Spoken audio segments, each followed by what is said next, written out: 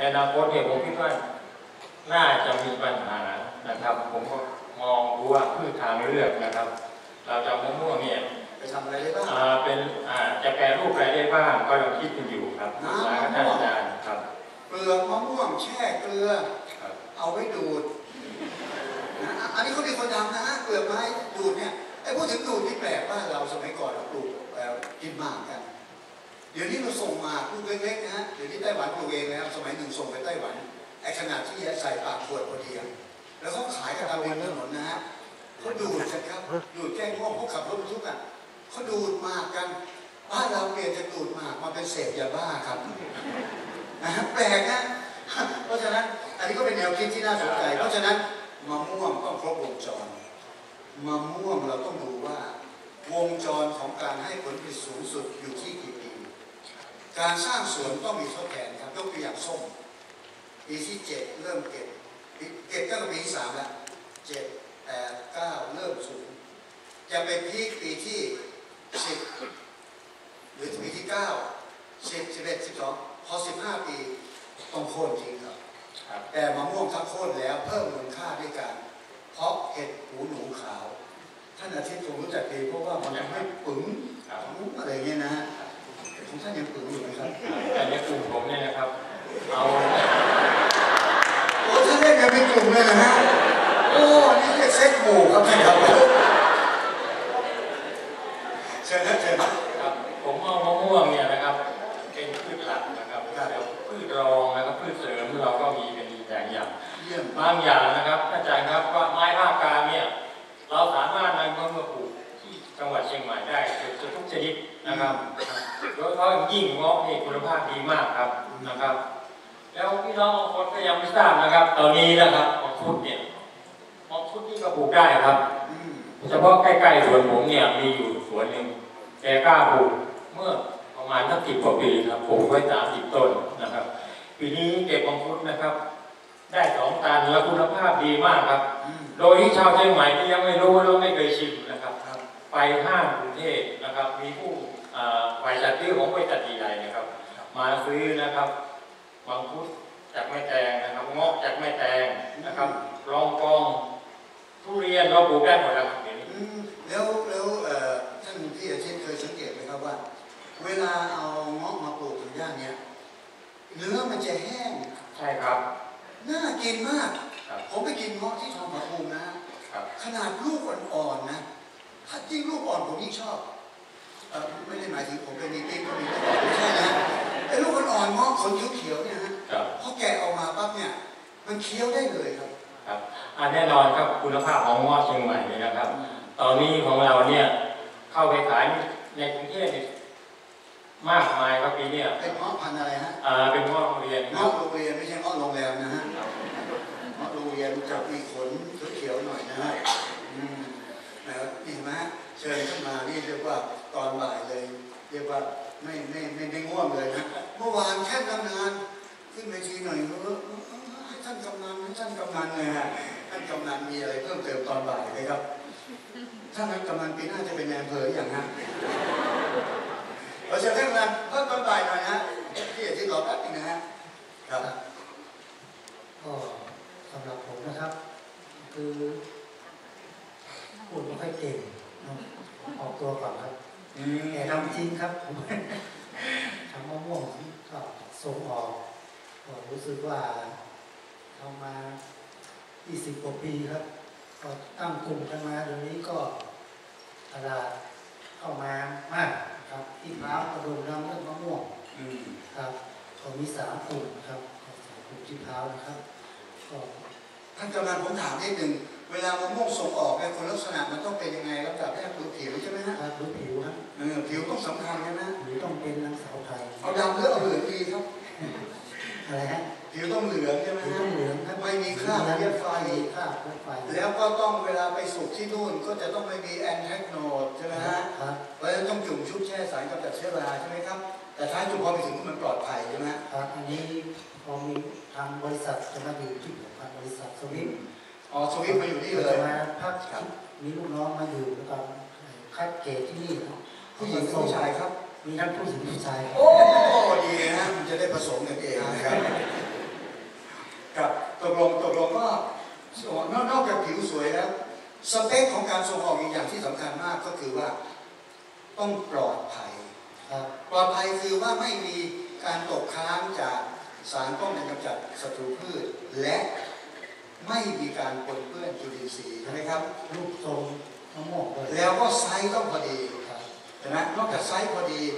จะต้องมีโฟมใช่ไหมฮะมีโฟมรองให้ทีนี้ใช้โฟมสีขาวหรือสีอะไรฮะมีทั้งสีขาวสีเหลืองสีขาวกับสีแดงมีการดีไซน์กล่องแล้วยังฮะกล่องทางบริษัทเขาจะเขาจัดมาเลยเขาจะแพ็กเกจที่กรุงเทพกล่องเดียวนี้บางที่นะครับนอกจากในกล่องมีพิมพ์อะไรอย่างดีแล้วเนี่ยแล้วมีรูกล่องบางแห่งพิถีพิถันขนาดที่รูกล่องมีมุ้งลวดด้วยครับไม่ใช่มุ้งลวดมีตะข่ายเพราะระหว่างขนส่งเนี่ยกลัวว่าจะมีแมลงบางตัวเนี่ยแอบบินเข้าไปเมื่อไหร่ก็ไม่รู้นะฮะอันนี้ก็คือมาตรฐานสินค้าส่งออกส่วนคนไทยเราก็ที่เรากินกันอยู่นี่ก็คือกินของคัดทิ้งแล้วครับนะฮะเพราะฉะนั้นถ้าดูมังคุดลูกก็จะลายพร้อยเป็นสีน้ำตาลเลยนะฮะอันนี้ก็คือเพี้ยไฟเข้าตำราตั้งแต่ระยะลูกเล็กๆโดยเฉพาะรับมังคุดที่ราคาตกอย่างหลังสวนนะฮะหลังสวนนี่เสียดายมากพ่อแม่ปลูกมังคุดนี่พ่อแม่ปลูกแต่ลูกเป็นคนเก็บเป็นคนขายเพราะอายุมันนานนะปรากฏว่าทางโน้นลูกหลานทิ้งสวนหมดเลยกลายเป็นมังคุดลูกร้ายลูกเล็กน้อยแต่คนกินอร่อยดร.จริงแท้สิริพานิชเขาก็พยายาม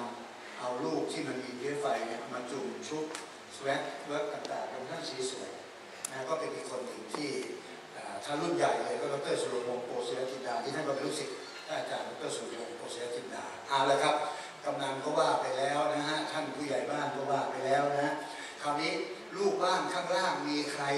จะได้กรุณานะฮะหน้าม้าได้โปรดทำหน้าที่เลยนะครับช่วยร่วมด้วยช่วยกันมีใครจะถามที่แสดงความเห็นอะไรไหมครับถ้าไม่มีเดี๋ยวผมเรียกเลยนะฮะพ่อหลวงจรัญศรีสุภาเอาสักหน่อยไหมครับไม่เอานะฮะโอ้ไม่เอาเมียก็ไม่ท้องครับพี่น้องครับไม่ท้องแน่นะฮะหนูในฐานะเป็นคนรุ่นใหม่ New Generation เมื่อเช้าอาจารย์พูดถึง Smart Farmer พูดไปแค่ตัว S ตัว M เกษตรกรยุคใหม่ต้องมีตัว M ครับคือจะคิดปลูกอะไรต้องมี Marketing การตลาดและต้องมี Management A เมื่อมีความรู้ต้องมีความสามารถด้วยเหมือนอย่างกับพี่อาทิตย์เนี่ยนะรู้ทฤษฎีแล้วรู้วิธีปฏิบัติด้วยมี ability นะ S M A R ต้องเป็นพันธุ์ resistant variety ทนต่อเสียงฝนเสียงด่าทนต่อลมฟ้าอากาศที่ tradition ประเพณีไม่ใช่เราเป็นนักธุรกิจหน้าเลือดเราต้องเข้าใจวัฒนธรรมประเพณีของการโอบอ้อมอารีก็เฟื้อเผื่อแผ่จะทำนาก็ไม่ใช่มัวแต่นั่งไหว้เจ้าแม่โพธิ์ศพข้าวออกโรงก็นั่งทำขวัญข้าวอยู่นั่นสุดท้ายมันก็เมาอยู่ข้างนานั่นแหละเพราะเครื่องไหว้มันนำเหล้าขาวนะฮะอะไรอย่างเงี้ยนะฮะถ้าจะบำรุงแม่โพธิ์ศพถ้าเป็นนาที่ลุ่มเราก็เอาสโนว์ฟริกาอย่างสวนมะม่วงความจริงหญ้าแฝกก็ไม่เลวไม่ใช่ไม่เลวดีเลยแหละคนเพราะว่าเฮ้ยเอาหญ้ามาปลูกในสวนมะม่วงเหรอสวนมะม่วงที่ดินที่มันทึบนะหญ้าแฝกดียังไงครับแต่เวลาปลูกอย่าไปปลูกใกล้ต้นเราปลูกระหว่างแถวหญ้าตัวใบหญ้าแฝกเราเกี่ยวแล้วมาปิดโคนต้นคำว่าโคนนี่อย่าไปสูงโคนแบบนี้นะฮะคือปิดรอบทรงพุ่มรากหญ้าแฝกยาวเกือบ2 เมตรน้ำที่ซึมเนี่ยมันจะซึมลงไปข้างล่างและอย่างใดที่ร่มมันมาถึงหญ้าแฝกจะตายมันจะผูกลึก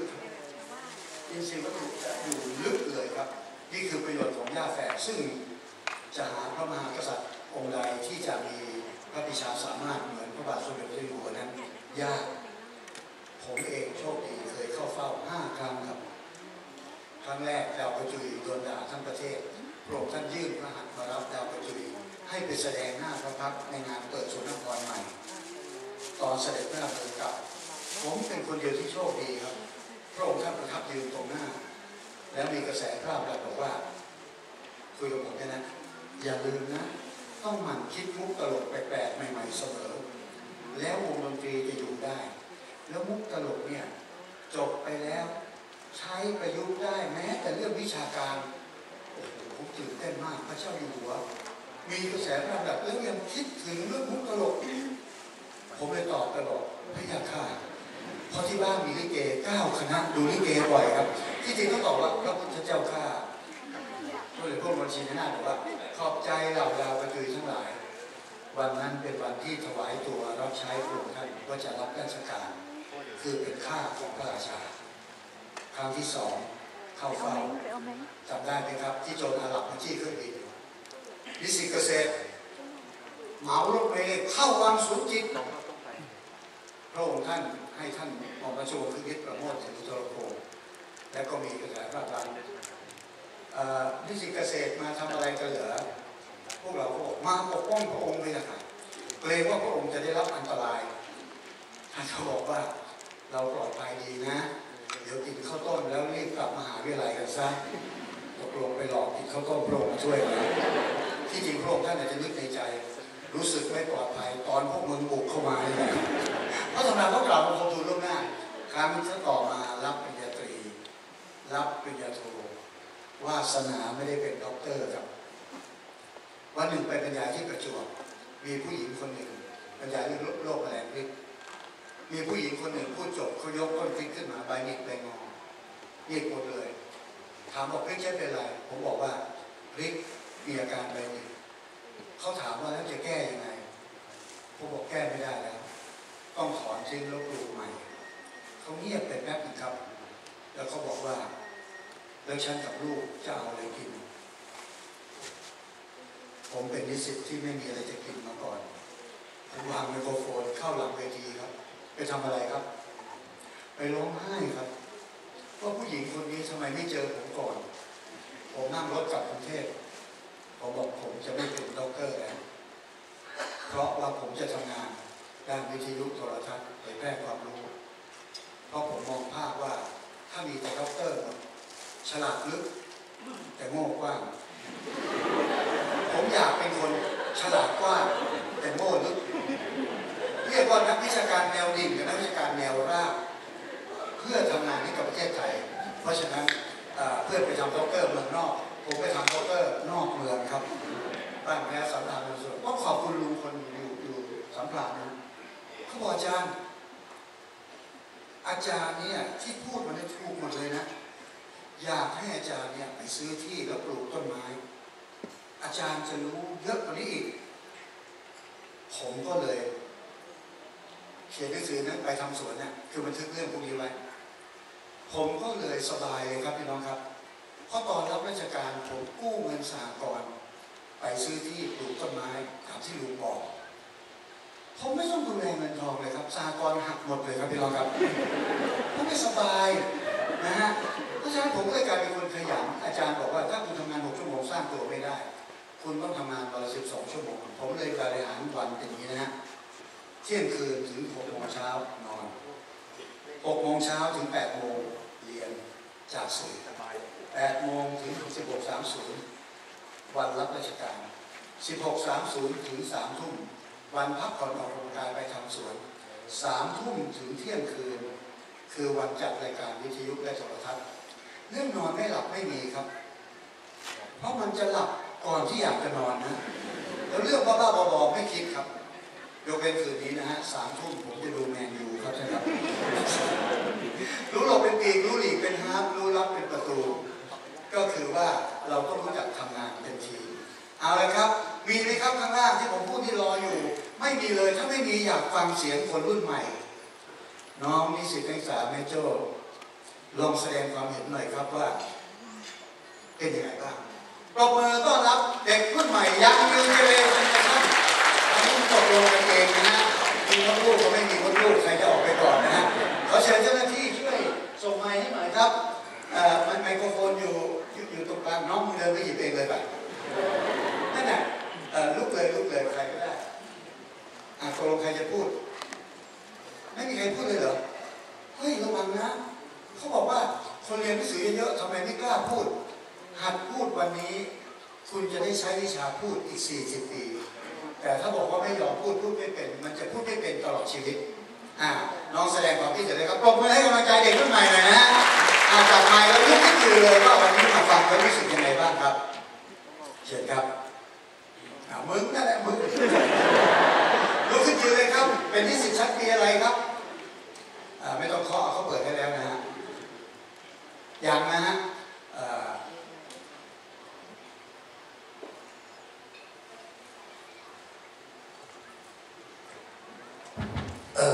โอเคหันหน้าไปทางนู้นเลยหันหน้าไปทางนู้นเลยสวัสดีครับก่อนเราเป็นเด็กเราต้องยกมือไหว้ก่อนไหว้ก่อนสวัสดีครับผมเป็นนักศึกษาจากมหาวิทยาลัยแม่โจ้ครับชั้นปีที่3ครับสาขาไม้ผลนะครับคือได้ความรู้ในภาคเช้าก็คือ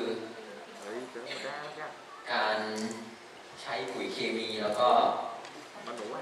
ดินต่างๆนะครับว่ามันต้องการอะไรสารอาหารอะไรบ้างแล้วก็สารอาหารหลักของพืชเป็นยังไงบ้างอะไรเงี้ยครับแล้วก็ไฮแลนด์มะม่วง 4.0 ว่าเอาเป็นว่าน้องจบแล้วเนี่ยตั้งใจจะไปทำงานอะไรอันดับแรกผมจบแล้วผมต้องทำงานอาจจะในบริษัทก่อนแล้วต้องหาเงินทุนแล้วก็ไปสร้างตัวด้วยการซื้อที่อะไรอย่างเงี้ยครับแบบลงทุนของตัวเองอะไรครับตั้งใจจะมีผัวไหมเด็กคนนี้ต้องถามว่าเด็กผู้ชายอ่ะถ้ามันจำไว้ถ้ามันไม่หาผัวมันจะหาเมียนะฮะมาวันนี้แล้วก็เนี่ยครับเป็นนิสิตนักศึกษาที่มีความรู้ดีใครที่สวนนะมีลูกสาวอยู่ก็เดี๋ยวมาคุยกันเอาเองนะครับเอาจบแค่นี้เลยเหรอเอาปรบมือให้เด็กหน่อยนะครับเป็นเพื่อนเด็กดูพูดถึงเรื่องนี้คิดถึงลุงคำตันผมจบปริญญา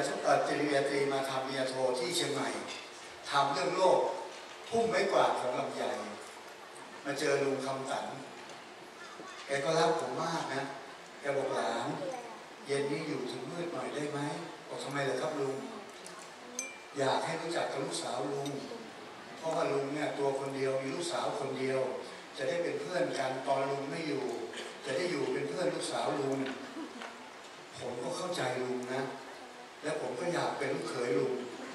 แต่ผมตอนนั้นเนี่ยมีนาฬิกาเรือนเดียวครับชีวิตผมก็เลยคิดว่าลุงครับอย่าเอาลูกสาวมาตกอับกับผมเลยครับเสียดายนะฮะไม่งั้นไปเคยเชียงใหม่ไปแล้วนะครับก็เคยมาเชียงใหม่ตั้งแต่สมัยจบปริญญาโทใหม่ๆนะ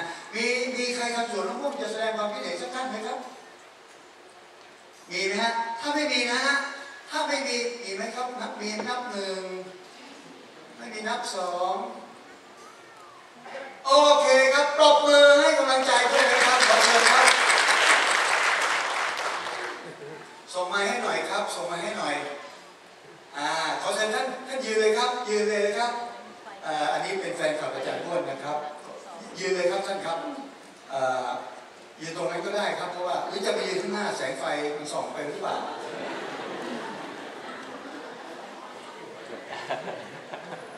เอาไม้ตัวที่มันดังแล้วเมื่อกี้สิโอเคครับครับขออนุญาตถามนะครับผมมาจากอำเภอเชียงดาวนะครับจังหวัดเชียงใหม่นะครับโดยที่ผ่านมาเนี่ยผมว่าเป็นแฟนคลับของที่ชวนคุยมาตลอดนะครับเพราะว่าที่ชอบก็คือพูดภาษาชาวบ้านนะครับถึงแม้ว่าตัวเองมีความรู้มากมายมหาศาลนะครับที่บางท่านก็ไม่รู้นะฮะแต่ผมติดตามมาเป็น10 ปีแล้วถึงว่าพูดนะครับสมัยก่อนเป็น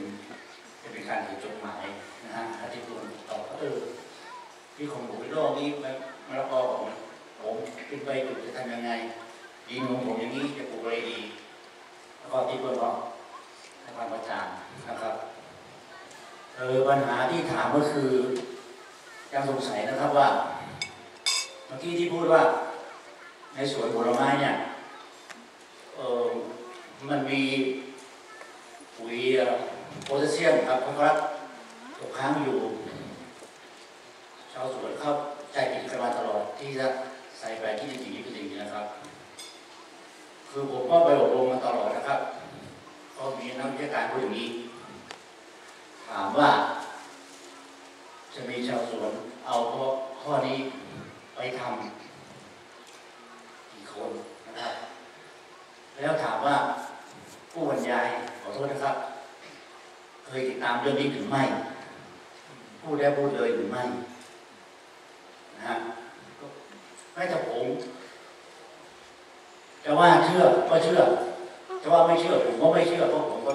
คือต้องไปพอเราใส่ไปที่ดีๆเหมือนเดิมไม่เคยเอาสีโอซูมาใส่ตามที่ได้อบรมมาวันนี้นะครับคือสงสัยมานานหลายปีแล้วครับเรื่องนี้ครับก็ได้ยินมาตลอดนะครับอย่างอาจารย์ว่าต้องไปขอพร12มาแก้นะครับข้าขอภาวนาท่านผู้รู้ให้เราได้กล่าวด้วยนะครับครับขอบคุณมากครับปรบมือท่านด้วยนะฮะเดี๋ยวให้ครูเขียนชื่อที่อยู่นะฮะแล้วส่งชื่อที่อยู่ให้ผมด้วยเดี๋ยวกลับไปผมจะส่งเพลงแล้วก็หนังสืออะไรต่างๆมอบให้นะฮะเดี๋ยวจะส่งมาให้เดี๋ยวเจ้าหน้าที่บริษัทช่วยให้ท่านเขียนที่อยู่ให้ผมด้วยนะฮะแล้วเดี๋ยวจะส่งเพราะว่าเตรียมมาปรากฏว่าเมื่อกี้มีน้องสาวมาขอเลยแจกไปแล้วนะฮะเดี๋ยวน้องช่วยเขียนชื่อเอาละครับใครจะเป็นคนตอบอาจารย์ดร.ธนชัยเชิญนะครับก็ถามว่าเรานะครับไปศึกษาไปแล้วเราทำอะไรต่อนะครับเราไปส่งเสริมเกษตรกรครับเนาะเราไปที่จอมทองนะครับดอยหล่อพวกนี้นะครับไปถึงเราไปทำอะไรครับไปตรวจดินให้ดูเลยครับเพราะถ้าพูดเฉยๆเนี่ยคงจะไม่ใช่นะครับเนื่องจากว่าคณะเกษตรศาสตร์มหาวิทยาลัยเชียงใหม่ของเราเนี่ยก็ผลิตชุดตรวจดินนะครับชุดตรวจดินของเราเนี่ยกรมพัฒนาที่ดินซื้อไปใช้กันนะครับเนาะเราก็เอาชุดนั้นนะครับไปตรวจให้ชาวบ้านเลยตรวจเป็นรู้สึกจะ100 รายนะครับครับที่มีไนโตรเจนนะครับตัวเอ็นเนี่ยนะครับอยู่ในระดับที่เหมาะสมเนี่ยมีสัก2-3 รายเท่านั้นเองครับนอกนั้นอยู่ในเกณฑ์ที่ต่ำกว่ามาตรฐานนะครับแล้วเรา100 รายเนี่ยนะครับตัวกลางกับตัวท้ายก็คือตัว P กับตัว K นะครับฟอสฟอรัสกับโพแทสเซียมเกิน100 รายเลยแล้วเราก็ไปบอกว่าอ้าวทำยังไงถ้างั้นใส่แต่ยูเรียก็พอนะครับตอนนั้นที่เราไปนะเป็นสวนลำไยก็ไปทำอย่างนี้นะครับปรากฏว่าอบรม100 รายนะครับทำตามเราสัก8 รายนอกนั้นไม่ทำครับอันนั้นขนาดตรวจของแต่ละสวนเองเลยนะครับสวนแค่สวนมันเลยนะครับอาทิตย์นี้สอนวิธีการเก็บตัวอย่างดินอาทิตย์หน้าเอาชุดตรวจดินไปตรวจแป้งตรวจอื่นครับมีแค่นี้นั่นเองนะครับซึ่งไม่แปลกเหมือนกับผมไปสอนเรื่องปักดำข้าวครับไปสอนที่จังหวัดน่านเนาะครับข้าวถ้าจะให้มันดีเนี่ยนะครับปักดำจับหนึ่งเนี่ยนะครับต้นเดียวก็พอแล้วแต่ต้นเดียวทำใจไม่ได้นะครับให้3ไม่เกิน5นะครับแต่พออบรมเสร็จไปตรวจแปลงนะครับเหมือนเดิมครับตั้งแต่5ยัน15นะครับคือของเราเนี่ยนะครับมันก็ต้องอาศัยเวลานะครับในการเปลี่ยนแปลงนะครับต่อให้มาทำตรงหน้าเนี่ยนะครับก็ไม่เชื่อนะครับเราไปทำแปลงทดลองให้ดูเลยนะครับขอ6เนาะขอ6เลยนะครับขอ6เนี่ยครับปกติเนี่ยมันก็ได้ประมาณสัก600 กว่ากิโลต่อไร่ก็หรูแล้วนะครับไปทำได้นู่นนะครับมากที่สุด1,600นะครับน้อยที่สุดในแปลงทดลองเนี่ยนะครับ900 กว่ากับ980นะครับอันนั้นไปปลูกให้ดูแล้วหมายความว่าไอ้แปลงทดลองนี่ไม่ใช่เราทำนะครับขอที่ชาวบ้านทีละไร่นะให้เขาทำแต่ว่าต้องเป๊ะนะทำตามวิธีเรามันได้นะครับแต่พอเรากลับไปทีนึงไม่เหลือแล้วเท่าเดิมอันนี้ก็ถือว่าเป็นกรรมของเขาเองนะฮะอันนี้มันยาก ก็ไม่เป็นไรเราก็ต้องใช้ความพยายามเหมือนพระมหาชนกแม้ว่ารู้ว่าจะสิ่งที่เราถ่ายทอดไปจะยังไม่เห็นฝั่งได้นะแต่เราจะเพียรต่อไปแต่เราก็ไม่ได้ท้อถอยนะครับเราก็ทำต่อนะครับก็เราก็จะมีโครงการอยู่เรื่อยๆนะครับสืบเนื่องจากคำตอบของอาจารย์นะฮะท่านรองอาจารย์เพื่อวัชชัยจะมีเพิ่มเติมแล้วเดี๋ยวจะต่อเนื่องไปเลยว่าอาจารย์ที่พูดถึงปุ๋ยค้างเมื่อเช้านะฮะวันนี้อาจารย์จะใส่ปุ๋ยยังไงให้มันเกิดประสิทธิภาพสูงสุดนะฮะแล้วเดี๋ยวจบจากอาจารย์แล้วผมจะตกท้ายว่าโรคแมลงที่เราจะต้องดูแลเขาจะต้องทำยังไงเชิญอาจารย์ครับเมื่อเช้าผมพูดถึงในไม่ผล4.0นะครับมีข้อหนึ่งที่พูดว่าเราต้องใช้ปุ๋ยตามที่พืชต้องการ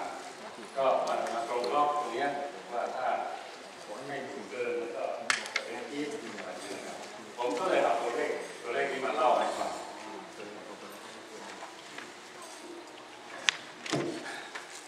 เป็นไงยังไม่หลอกใช่เพราะอาจารย์มันจะอ่านหน้าไปทางโน้นแล้วมันหาไปหรือว่าสิ่งที่หลอกทีนี้ก็เอาตัวเลขในส่วนที่คิดว่าเราชาวสวนมะม่วงควรจะรับทราบว่าความต้องการของมะม่วงจริงๆเนี่ยเป็นสักเท่าไหร่เราดูตารางนี้นะครับว่าเราเริ่มต้นก่อนนะครับว่าดินที่มะม่วงต้องการเนี่ยเป็นอย่างไรเอาตั้งแต่ข้างบนก่อนลงมาข้างล่างเลยนะครับตัวเลขนี้เนี่ยเอาคำตอบก่อนนะครับว่าถ้าตัว P กับตัว K เนี่ยตัว P เนี่ยแค่70 ppm หรือว่า70 มิลลิกรัมต่อกิโลกรัมต่อปีนิดเดียวนะครับ70ถ้าเป็นโพแทสเซียมนะครับว่าเขาเขียนว่าเป็นโพแทสเซียมที่แลกเปลี่ยนได้นะมันมีโพแทสเซียมที่ไม่ใช่แลกเปลี่ยนได้แบบนี้ก็100 ถึง 150 มิลลิกรัมต่อกิโลกรัมอันนี้ถือว่ามีน้อยมากเลยและอีก2ตัวหลังเนี่ยเรามักจะให้สูตรเสมอที่ NPK 15 อะไรอย่างเงี้ยที่มันเยอะมากเดี๋ยวผมแค่อาจารย์ปณิธาอธิบายต่อนะครับเพราะอาจารย์ปณิธาจะเป็นผู้เชี่ยวชาญทางด้านดินและปุ๋ยนะครับนี้ผมอยากได้เห็นภาพรวมอย่างนี้นะครับว่าจริงๆแล้วเนี่ยธาตุอาหารที่พืชต้องการเนี่ยมีมากที่สุดเนี่ยที่ต้องการมากอย่างนี้นะครับกลายเป็นแคลเซียมอยู่ตามนี้นะตามจอเนี่ยนะครับ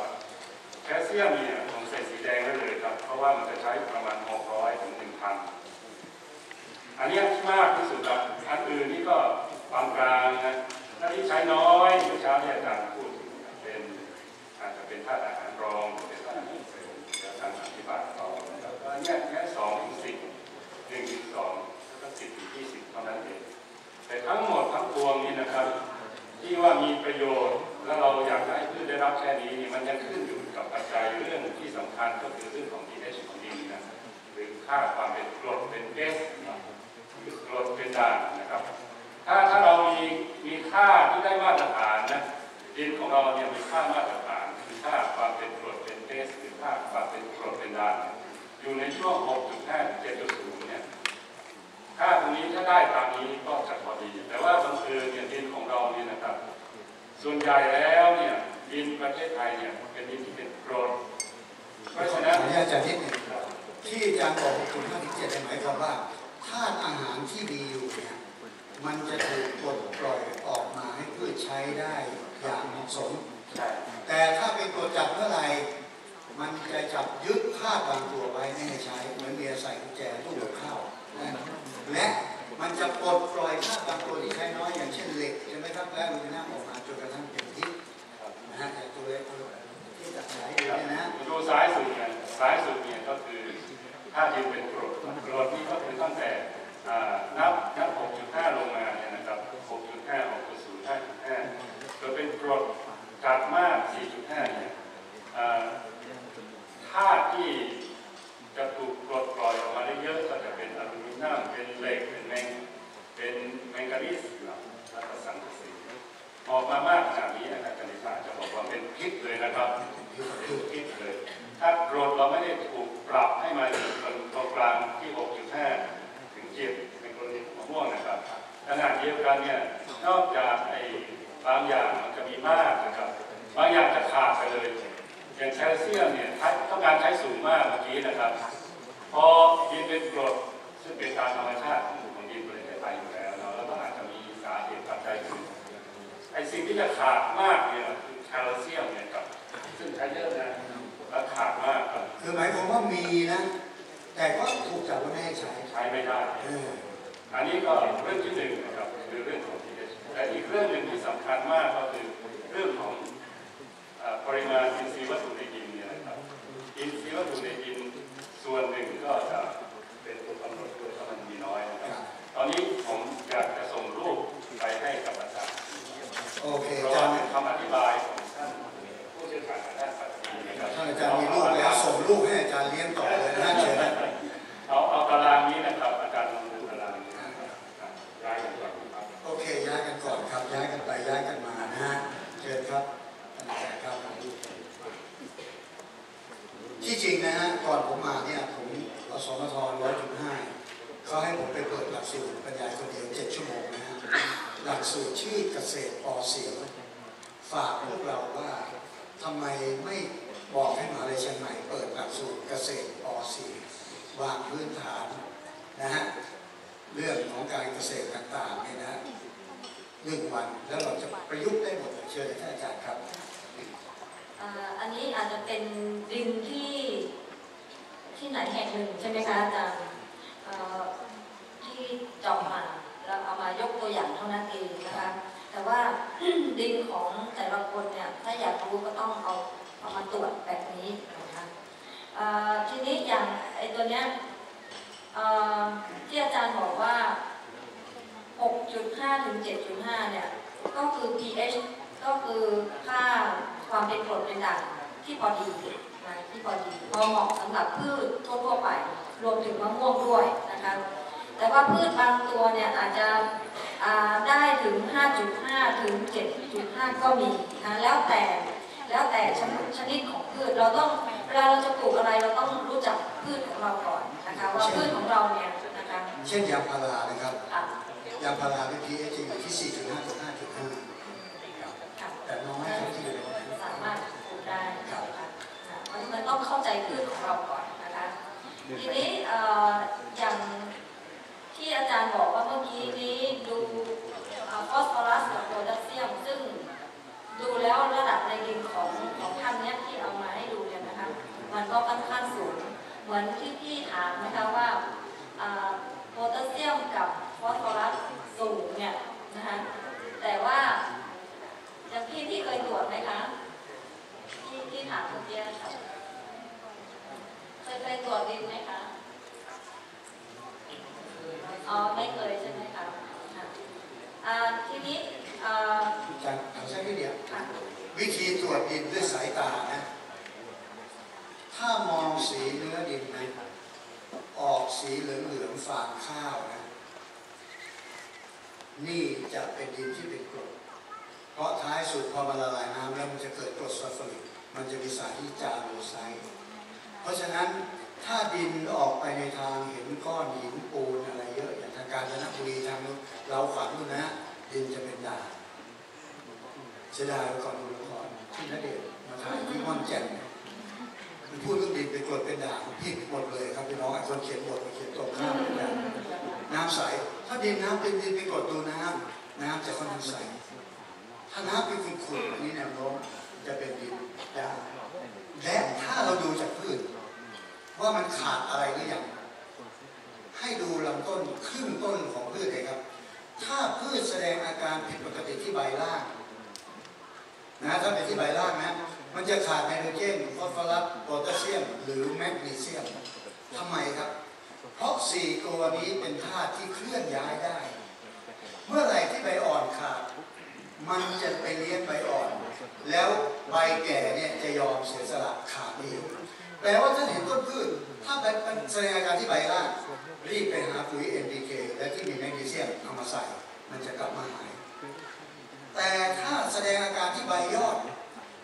เหลืองซีดเหลืองหมดเลยดีดเหล็กแต่ในพืชทุกพืชการแสดงอาการขาดธาตุอาหารยังต่างกันอีกตัวอย่างมันสำปะหลังถ้าขาดสังกะสีเนี่ยมันจะเป็นจุดขาวเหมือนอย่างกระไรกินเลยครับแต่ขาดสังกะสีครับ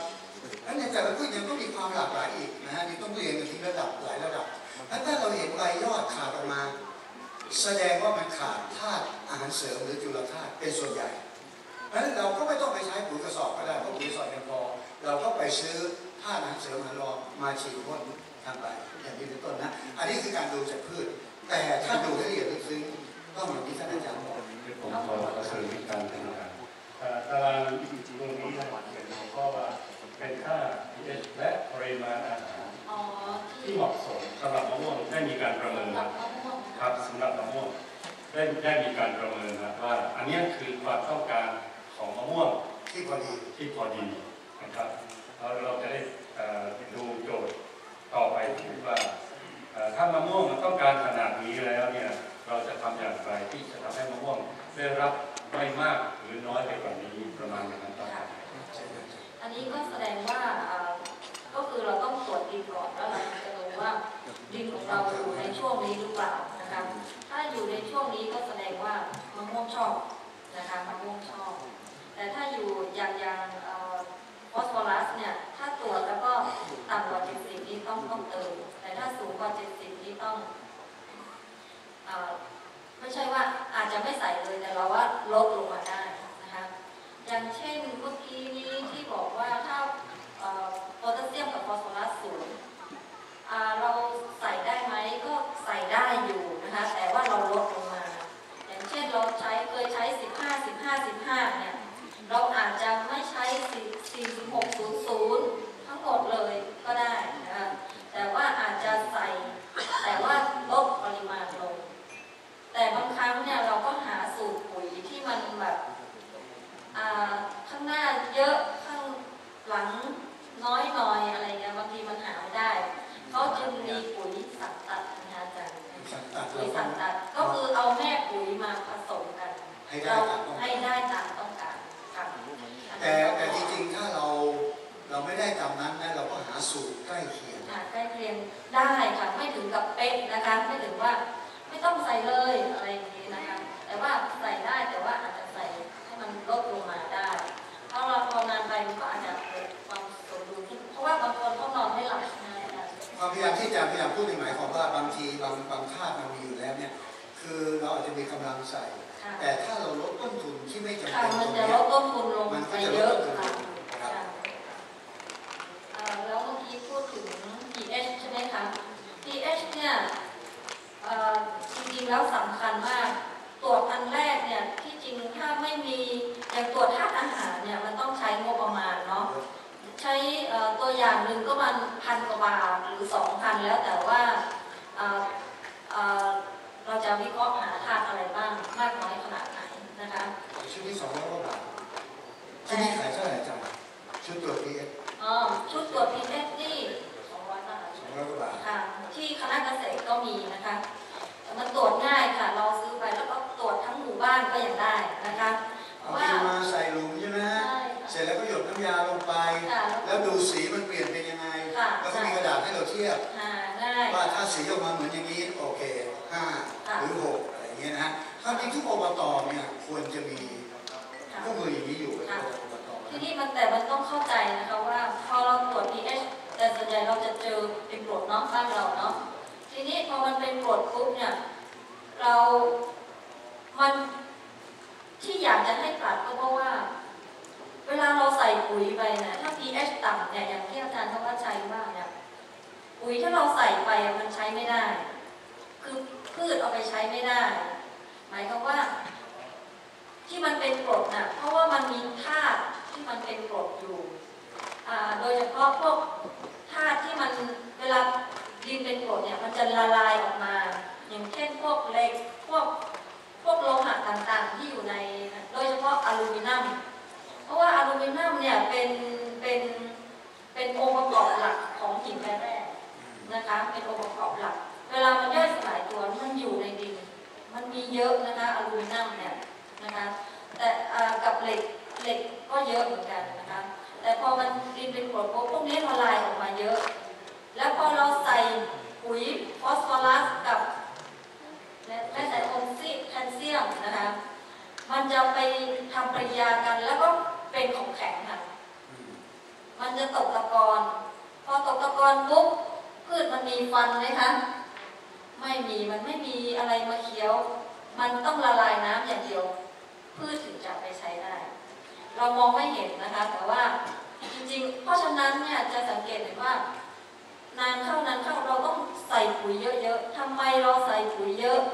เพราะพืชมันเอาไปใช้ไม่ได้ถ้าเราปรับ pH สักหนึ่งอย่างแก้ปัญหาเบื้องต้น pH หนึ่งอย่างมันบางครั้งมันอาจจะแก้ปัญหาได้หลายๆอย่างถ้าเป็นด่างมากเกินไปนะคะเป็นด่างมากเกินไปแคลเซียมจะละลายออกมาเยอะเพราะแคลเซียมจะละลายออกมาเยอะถ้าเราใส่ปุ๋ย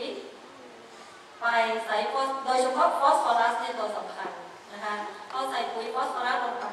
แคลเซียมก็ไปจับกับฟอสฟอรัสตกตะกอนอีกนะคะเพราะฉะนั้นใช้ไม่ได้อีกเพราะฉะนั้นถ้าเราปรับ pH ให้มันเป็นกลางได้เราใส่ปุ๋ยไปพอดีวิธีปรับให้เป็นกลางก็คือถ้าดินเป็นกรดอาจารย์ก็แนะนำว่าควรจะใส่ปูนใช่ไหมครับปูนก็มีปูนโดโลไมต์ปูนขาวทีนี้ก็แล้วแต่ว่าถ้าจะใส่อะไรถ้าเป็นโดโลไมต์ก็อาจจะได้แคลเซียมแมกนีเซียมด้วยนะฮะทีนี้ท่านไปศึกษาเพิ่มเติมนะว่าปุ๋ยธาตุอาหารแต่ละตัวไนโตรเจนฟอสฟอรัสโพแทสเซียมแมกนีเซียมอย่างที่พูดกันเยอะตอนนี้คือแคลเซียม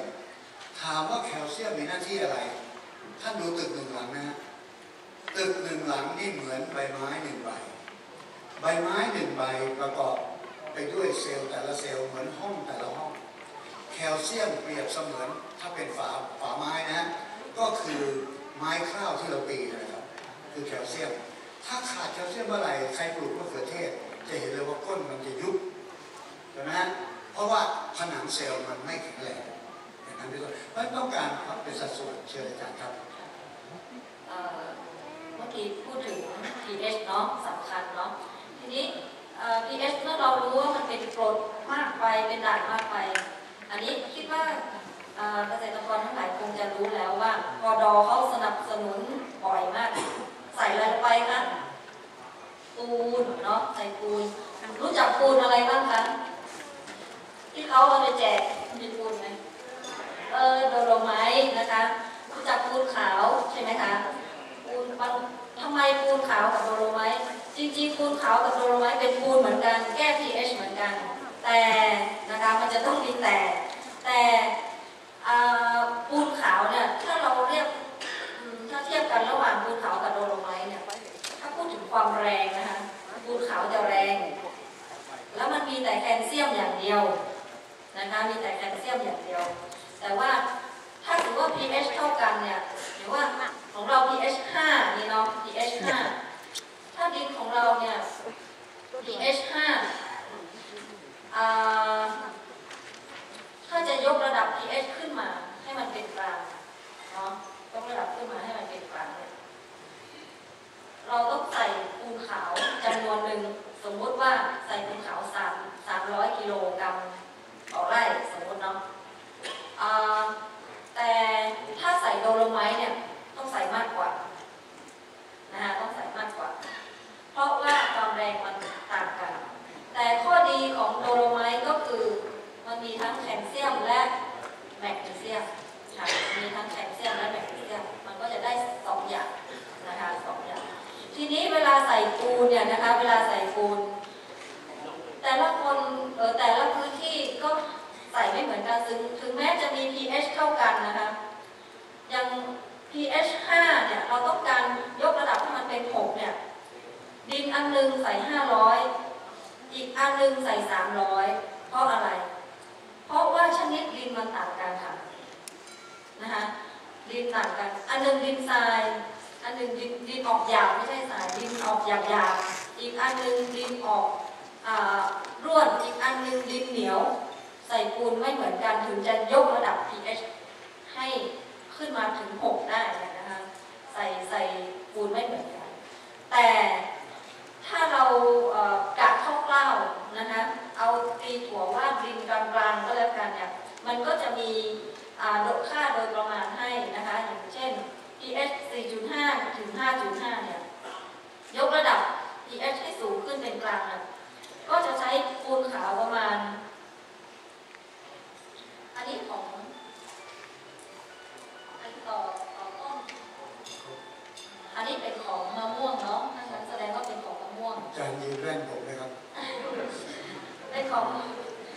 มะม่วงค่ะอันนี้ก็คือ3 กิโลกรัมต่อต้นแต่มะม่วงนี่ต้องขึ้นอยู่กับทรงปูนเพราะว่ามันขึ้นอยู่กับพื้นที่ค่ะการใส่ปูนเนี่ยมันขึ้นอยู่กับพื้นที่กว้างพื้นที่แคบนะแต่ถ้าอันนี้คงประมาณโตเต็มที่แล้วนะคะประมาณ3 กิโลต่อต้นนะคะแต่ถ้าเป็นโดโลไมต์จะเห็นว่าเป็นนะ 3.5 มันจะมากขึ้นถ้าเป็นปูนมาที่เราจะไม่ค่อยรู้จักปูนมาเนาะทางเหนือเราก็คือ5เนี่ยคือขึ้นอยู่กับความแรงของปูนนั้นค่ะครับเนื่องจากว่าเวลาเราค่อนข้างกระชับนะฮะเราไล่หลังมาทุกทีก็ผมขออนุญาตสรุปเลยมีอะไรจะเพิ่มเติมนิดหนึ่งนะฮะว่าการจะปรับ pH กรดก็คือเราเอาสิ่งที่ใส่แล้วจะเป็นด่างเนี่ยเข้าไปใช่ไหมฮะแต่ส่วนมากเราก็จะใช้ปูนมากน้อยแค่ไหนแต่ถ้าเป็นเกษตรกรที่เขาปลูกผักปลูกอะไรเนี่ยนะฮะเขารู้เลยว่าถึงปีหนึ่งเนี่ยเขาดูจากการพืชเขาจะหว่านเขาจะปลูกจริงๆปูนนี่นะมันไม่ได้ใช้เฉพาะพืชนะอย่างบ่อกุ้งบ่ออะไรเนี่ยเขาต้องปรับ pH เหมือนกันเพราะถ้าน้ำเป็นกรดจากปลาเกินก็อยู่ไม่ได้และเรื่องนี้อยากจะสนใจทีนี้ในแต่ละกลุ่มเนี่ยวันนี้เราได้เห็นแล้วว่านักวิชาการเกษตรมีแต่ละด้านความจริงนอกจากจะมีท่านอาจารย์รองศาสตราจารย์ดร.ธวัชชัยเป็นที่ปรึกษาแล้วเนี่ยเราสามารถจะสร้างทีมนักวิชาการเข้าไปเป็นที่ปรึกษาให้กับท่านได้นะฮะก็จะให้ความรู้ในสิ่งเหล่านั้นทีนี้ต้นไม้เนี่ยครับปกติอย่างมะม่วงรากที่กินอาหารจะอยู่ที่ชายทรงพุ่มที่เขาเรียกว่ารากขนอ่อนว่างๆเราเอาดินไปหลอกรากให้รากมันโผล่แล้วเราดูรากขนอ่อนมันจะดูดน้ำถ้าเมื่อไรเราใส่ปุ๋ยเคมีมากเกินไปแทนที่มันจะดูดน้ำเข้ามันจะดูดน้ำออกถ้าใส่ปุ๋ยเคมีมากไปหรือดินเค็มก็ตามเราจะเห็นใบแห้งจากขอบใบเข้ามาออกตลอดนะฮะแต่ถ้าเผื่อว่าโดยปกติมันจะต้องดูดน้ำเข้าไปวันนี้มีคนพูดกันมากเรื่องปุ๋ยชีวภาพหรือชีวภาพคือการเอาเชื้อบางชนิดเข้ามาร่วมกันกับปุ๋ยอินทรีย์ใส่ไปให้กับต้นไม้ยกตัวอย่างเช่นที่เขาเรียกไมโครไลซ่าผมหมายความว่างี้ครับสมมติผมเป็นรากมะม่วงปลายรากผมอยู่แค่นี้ถ้าคุณใส่ปุ๋ยตรงปลายรากให้ผมได้กินผมก็ได้กินแต่ว่ารากผมเนี่ยข้างหน้ามันมีปุ๋ยอยู่ผมไม่มีปัญญากินหรอกเขาก็เลยเอาเชื้อพวกไมโครไลซ่าซึ่งมีทั้งเอ็กโตคือภายนอกและเอนโดบางชนิดฝังเข้าไปในรากบางชนิดเกาะอยู่รอบรากแต่ไอตัวเนี้ยพอมันเกาะอยู่ปั๊บเส้นใยของมันอ่ะมันเลื้อยไปได้อีกไกลมันจึงได้เติบโตเพราะว่าเหมือนมันมีแขนพิเศษยาวไปอีกเพื่อไปกินอาหารตรงนู้นแต่ถ้าเป็นรากปกติมันจะกินอยู่ได้แค่นี้นะฮะนี่คือบทบาทของจุลินทรีย์ในยุคหลังๆที่เราพยายามใช้นะซึ่งก็ต้องไปศึกษาเพิ่มเติมกันอีกนะฮะทีนี้ในเรื่องเกี่ยวกับการใส่ปุ๋ยเนี่ยนะครับท่านก็จะต้องศึกษาเพิ่มเติมวันนี้อาจารย์ได้มาชี้แนวให้เราเห็นแนวแล้วผมเห็นอาจารย์บอกว่าอยากจะพูดเรื่องลมฟ้าอากาศมันเป็นยังไงนะครับอาจารย์มันสวิงสวายมันเป็นลมหรือว่ามันเป็นยังไงอาจารย์เดี๋ยวขอเปลี่ยนภาพนิดหนึ่งนะบุคคลสำคัญวันนี้นะฮะก็คือท่านผู้อาวุโสครับรับใช้ทุกคนนะฮะปรบมือให้ดร.ธวัชชัยหน่อยครับอาจารย์อยากนุ่มขึ้นไหมผมแนะนำอย่ายอมให้ได้อาจารย์ครับเอาเลยครับเปลี่ยนสภาพอากาศเอาสักหน่อยเชิญเลยครับอาจารย์ครับปกติอาจารย์พูดเริ่มนี้ตลอดเลยเป็นคนเรียบร้อยนะครับคนเหนือลมเนี่ยจะเขาจะเปรียบเทียบไงคนเหนือกับคนใต้แข่งกันนับมะพร้าวเนี่ยทางเหนือก็นับ1 หน่วยมะพร้าวห่าว2 หน่วยมะพร้าวห่าวคนใต้มาถึง1 เปล่า2 เปล่า3 เปล่า10 เปล่าเลยพอคนเขาตกบ่อยเขาต้องพูดเร็วเฮ้ยอะไรเงี้ยนะตกลงเป็นไงครับอาจารย์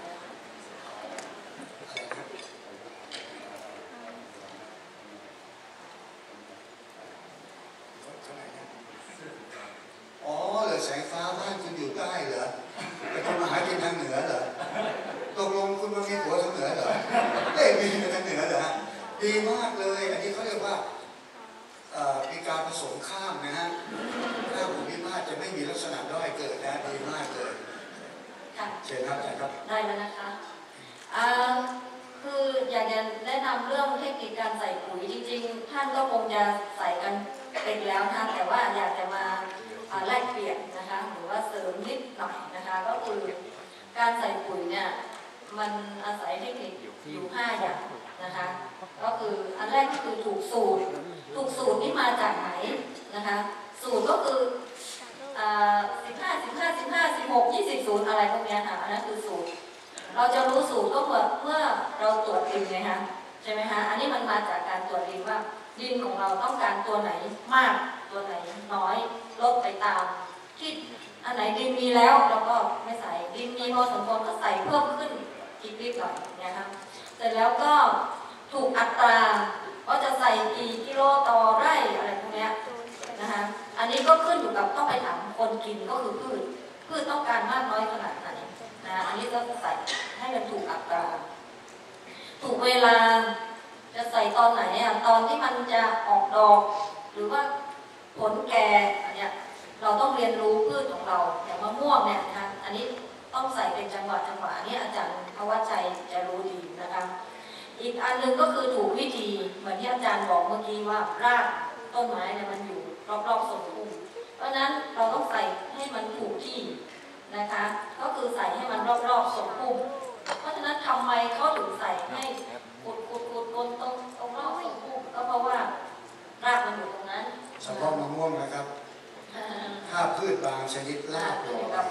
พืชอยู่กับพืชรากลอยหมายถึงว่าพืชหากินอยู่ผิวดินแบบนั้นอย่าทำตามทฤษฎีอย่าไปขุดวางไปเลยเพราะฉะนั้นต้องเรียนรู้พืชของเราด้วยเพราะฉะนั้นถึงดินปุ๋ยพืชส้มโออันนี้รากลอยครับรากลอยเป็นรากอยู่ใกล้ผิวอีกอันหนึ่งก็คือถูกงบประมาณถ้าเราทำให้มันถูกสูตรก็คือวิเคราะห์ดินเนี่ยมันจะประหยัดงบประมาณของเราลงได้ค่ะแล้วก็อีกอันหนึ่งก็คืออยากฝากว่าคำโฆษณาบางครั้งเนี่ยโฆษณาอย่างนี้เอาเติมนั้นใส่เอานี้ใส่เอาสูตรปุ๋ยนี้ดีเนี่ยนะคะก็ซื้อตามกันเนี่ยค่ะบางทีมันสิ้นเปลืองไปโดยเปล่าประโยชน์เพราะฉะนั้นถ้าเรารู้ของเรานะคะเรารู้ดินเรารู้ของเราเองว่าเราควรใส่อะไรเป็นเหตุเป็นผลมากกว่านะคะผมขอแทรกนิดหนึ่งคือเรื่องนี้บางคนบอกอ้าวทำไมสูตร15 3 ตัวของโกโก้ทำไมที่แพงกว่าคนอื่นที่แพงกว่าคนอื่นเพราะมันอย่างนี้ครับเพราะมันดีกว่าดีตรงไหนถ้าคุณไปเจอปุ๋ยนะเม็ดนี้แม่ปุ๋ยไนโตรเจนเม็ดนี้แม่ปุ๋ยฟอสฟอรัสเม็ดนี้แม่ปุ๋ยโพแทสเซียมเขาเอามาคลุกเคล้ากันให้ได้ตามสูตรอย่างนี้เขาเรียกปุ๋ยคลุกบาลเบนนะฮะแต่ว่าถ้าคนใช้ไม่เป็นคนใช้ไม่ได้หมายถึงคนใช้ที่สามีชอบไปยุ่งเกี่ยวด้วยไม่ใช่นะคนที่นำปุ๋ยไปใช้ไม่ถูกเนี่ยไม่คลุกให้เข้ากันหรือแม้แต่จะคลุกให้เข้ากันแล้วเวลาท่านหยิบไปหว่านเนี่ยบางตำแหน่งจะได้เฉพาะในเรียบางตำแหน่งจะได้ฟอสฟอรัสบางตำแหน่งจะได้โพแทสเซียมแต่ของเราไม่ใช่อย่างนั้นของเราเป็นปุ๋ยที่นำมาบดอัดแล้วใน1 เม็ดมีธาตุอาหารครบทุกเม็ดนี่มันถูกกันแทนกันอย่างนี้นะฮะเขาเรียกว่าปุ๋ยคอมเพลนะฮะครับอันนี้มาแล้วจ้ะถ้าเราจะให้แคลเซียมทางดินและปูนและพ่นทางใบต้นไม้จะได้รับทางไหนมากที่สุดพ่นทางใบก็ไม่ตายครับอาจารย์ต้องนะเพราะฉะนั้นปกติพวกนี้ที่เราใส่แคลเซียมเราต้องถามว่าใส่ทำไมเราใส่เพื่อที่จะไปปรับสภาพดินใช่ไหมครับเพราะฉะนั้นเมื่อใส่เพื่อปรับสภาพดินเราก็ต้องใส่ลงไปในดินนะแต่ถ้าอย่างกรณีแคลเซียมโบรอนหรือปุ๋ยที่เราให้เนี่ยถ้าท่านศึกษาลึกลงไปอีกปุ๋ยเคมีในลูกที่เป็นเม็ดลูกหนึ่งของเคมีปุ๋ยเคมีที่เป็นลูกของปุ๋ยทางใบมันเป็นเหล็กเหมือนกันมันเป็นเหล็กคนละลูกผมที่บอกกันว่าเกษตรนี่มันทำไมถึงต้องเรียนถึงระดับด็อกเตอร์ใช่ไหมฮะจู่ๆท่านไปเอาปุ๋ยของเราละลายน้ำแล้วปลูกพืชไฮโดรโปนิกเอาต้นไม้มาปลูกไม่ได้มันคนละลูกมันกินไม่ได้เพราะฉะนั้นในเคมีเนี่ยมันยังมีลูกของสารแต่ละชนิดอีกหลายลูกนะฮะแต่ถ้าแคลเซียมโบรอนนั้นก็เป็นอีกลูกหนึ่งนะเพื่อใช้ให้ถูกลูกแบบหนึ่งนะคะอย่างที่ถาม ลงดินเนี่ยมันก็จะอยู่ในดินแล้วก็จะใช้ได้นานได้ตลอดนะคะอีกอันหนึ่งก็คือมันปรับ pH ของเราไปด้วยมันได้ประโยชน์2 อย่างแต่ถ้าสมมุติว่า pH ดินของเราดีแล้วเราก็อยากจะเสริมก็พ่นถังไปในรูปทีนี้มีบางคนบอกไอ้ปุ๋ยที่ผมซื้อไปเนี่ยผมไม่อยากใส่ลงนี้ละผมเอาไปละลายน้ำเลยแล้วผมเอาน้ำราดคนต้นเลยนะฮะนี่เป็นคำถามที่ผมทีแรกก็งงทำไมถามนี้วะแต่สรุปคำตอบนี่คือเป็นอย่างนี้ครับการที่เราใส่ลงไปในดินเนี่ยส่วนหนึ่งมันละลายออกมาพืชก็ค่อยๆออกไปใช้แต่ถ้าคุณให้มันละลายมาหมดเลยแล้วคุณไปราดเลยถ้าคุณใส่ในปริมาณที่มันเรียกว่าไม่มากนะมันก็ยังโอเคถ้ามันมากคล้ายๆเหมือนมันสำลักเข้าปลาอาหารแต่เดี๋ยวนี้ปุ๋ยนอกจากที่ผมพูดเมื่อกี้ว่าเป็นคอมเพลคอมเพล็กซ์นะคอมเพล็กซ์นี่ก็คือว่าละลายเป็นรูปสารละลายก่อนแล้วที่จะไปฉีดปั้นเป็นเม็ดแล้วแพงนี่อีกแล้วเดี๋ยวนี้จะเห็นไหมครับที่ปุ๋ยเขาใส่ไม้กระถางน่ะเขาก็เอาลูกปุ๋ยแล้วก็มีสารมาเคลือบครับถ้าเมื่อไหร่โดนน้ำของปลดปล่อยแห้งยังคงอยู่ก็หมายความว่าค่อยๆกินไปมันมีเหตุเป็นผลของมันใช่มันต้องเรียนวิทยาศาสตร์คือเดี๋ยวนี้เกษตรมันเป็นวิทยาศาสตร์ครับแต่ที่เราพูดกันปัจจุบันเนี่ยนะมันเป็นไสยศาสตร์เกษตรมีบางคนมาพูดถึงขนาดนี้นะผมก็ไม่อยากไปชื่อเขาเอาเด็กมาอบรมทำนาเนี่ยเขาบอกเด็กที่ผ่านการอบรมจากผมนะแค่กินข้าวรู้เลยว่านาเนี่ยทำมาโดยวิธีไหนโอ้คุณเก่งอะไรขนาดนั้นจบรัฐศาสตร์ทำไมเก่งหลายอย่างจังโอเคฉันจะเชียวอันนี้จะเสริมสภาพอากาศมาเตือนแค่นั้นเองนะคะว่าเดี๋ยวนี้การในฐานะที่ตัวเองก็ศึกษาทางด้านการผันแปรของสภาพอากาศเนาะเพราะว่าเดี๋ยวนี้มันโลกร้อน1 อย่างละแล้วอีกอย่างหนึ่งก็คือว่าการผันแปรก็สูงไม่เหมือนกันนะคะสภาวะโลกร้อนกับการผันแปรของสภาพอากาศไม่เหมือนกันการผันแปรของสภาพอากาศก็คือสวิงขึ้นสวิงลงเดี๋ยวร้อนเดี๋ยวหนาวอะไรอย่างเงี้ยค่ะ1 วัน3 ฤดูแต่ว่าโลกร้อนนี่มันจะค่อยๆเป็นค่อยๆไปโดยที่อีก10 ปีอีก5 ปี10 ปีอะไรอย่างเงี้ยมันจะค่อยๆไปนะคะค่อยๆไปแต่ทีนี้ไอ้ความผันแปรเนี่ยเดี๋ยวนี้มันไปด้วยกัน2 อันเนี้ยโลกร้อนกับการผันแปรนั้นไปด้วยกันเหมือนกราฟอันเนี้ยค่ะมันก็ขยิบแต่ว่ามันขยิบแล้วมันจะค่อยๆขึ้นอะไรอย่างเงี้ยนะคะซึ่งบางทีเราก็ไม่ค่อยรู้ตัวนะคะมันไม่ไปตั้งนานแล้วจ้ะ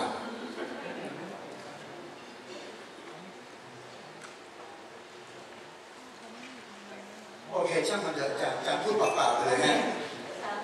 คือมันจะปีนี้ร้อนปีนี้ไหนมันแต่ว่ามันจะขึ้นไปเรื่อยๆอย่างเงี้ยค่ะเพราะฉะนั้นเมื่อก่อนเนี่ยเขาบอกว่ามันจะเปลี่ยนแปลงไปทุกๆ10 ปี